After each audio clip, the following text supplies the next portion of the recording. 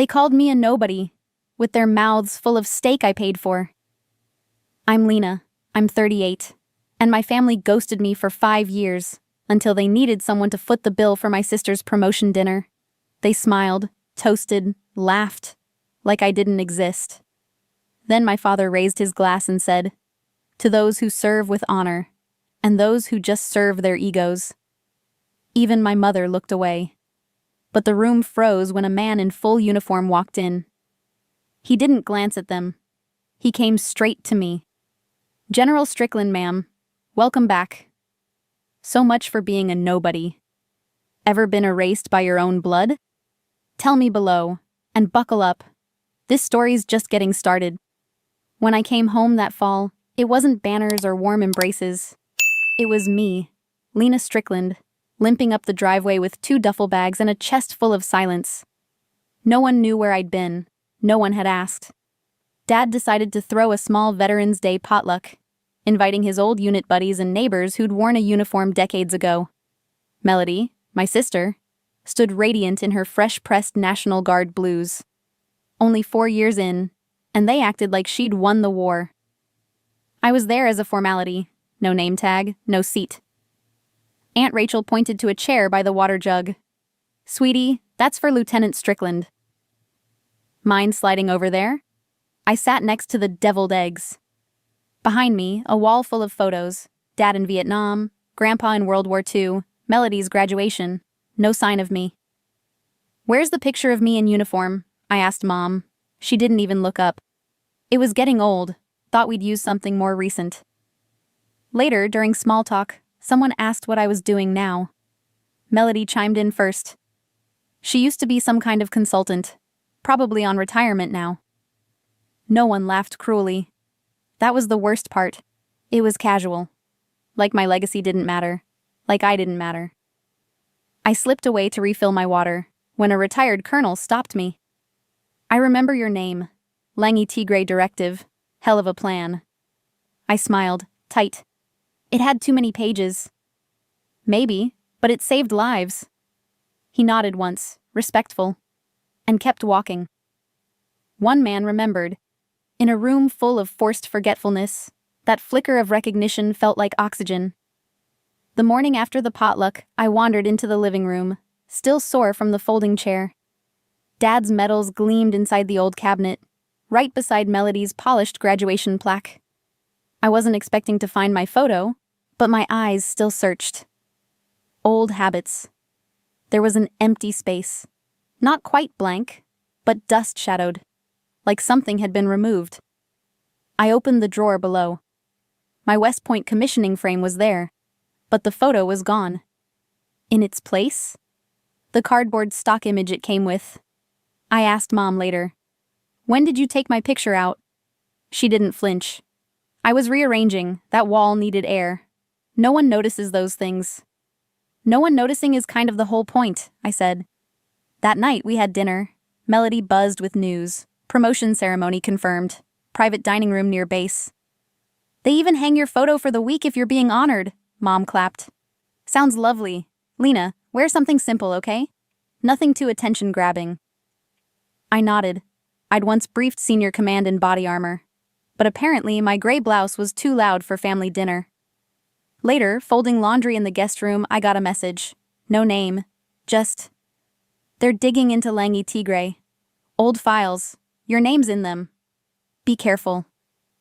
It was the mission that ended my career. The one I took the fall for. I walked into the living room again, found that empty frame, still sitting there, still blank. I ran my finger around the border where my photo used to be. They hadn't thrown it out. That would have been too direct. They'd shelved me, like a decoration that no longer matched the room. At Melody's ceremony, I wore a black dress and a long wool coat. Understated, controlled, trained posture. The officer at check-in didn't recognize me. "And you're a guest of..." Before I could answer, Melody slid in, smiling. "She's family. Used to be admin or something. She's just here for me." She gave me a side hug, light as a mosquito landing. I didn't flinch. I was trained not to. I sat at the far table, no name card, No introduction, just a napkin and half-empty glass of water. Then Melody took the podium. She shone, voice confident, posture perfect. The golden child. "I want to share a story," she said. "When I was a kid, my sister once told me, 'You go ahead and try. I don't think I can keep up with you.' And that stuck with me." She laughed. The crowd chuckled politely. That was my origin line in her fairy tale. Has-been sister. The stepping stone. I stared at my fork, knuckles white. I wasn't going to be the punchline. Then, the doors opened. A man in dress blues stepped in. Pentagon insignia on his collar, shoulders that had seen real war. He scanned the room. Not a glance at Dad. Not Melody. He walked right to me. Snapped a salute. "General Strickland, ma'am. It's been far too long." You could hear a pin drop. My father's fork stopped mid-cut. Melody blinked like she'd been slapped. Barrett turned to the crowd. This woman coordinated withdrawal routes during Operation Hawthorne. Half of NATO owes her their lives. Gasps. Whispers. The air shifted. I didn't smile.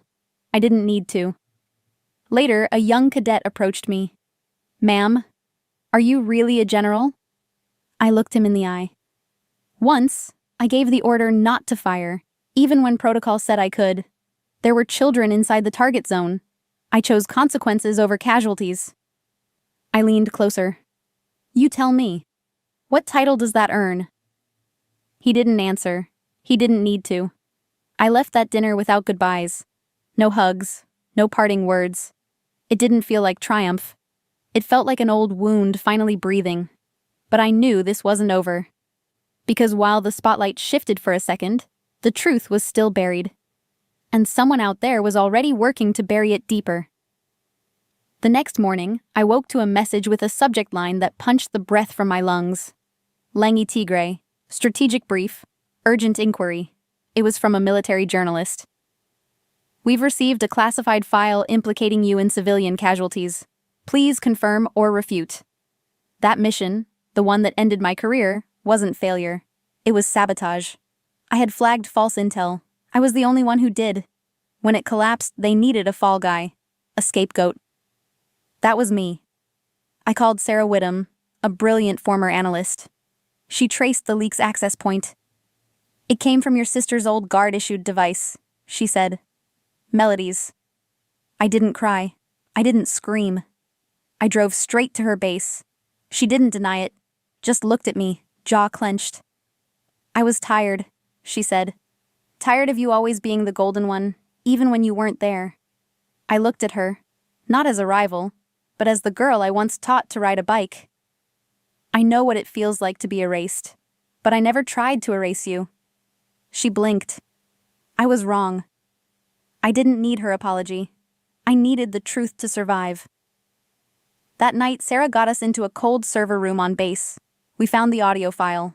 General Vaughn, crystal clear, ordering a strike on civilian zones. My red flag was right. "If this goes public," Sarah said, "he's done." But by morning, the USB was gone.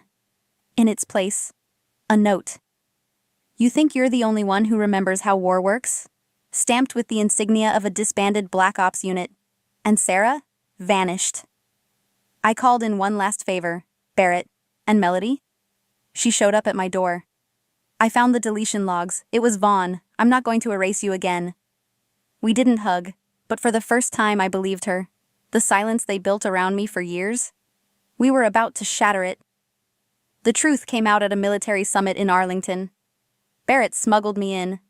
Melody volunteered to go inside, wearing a wire.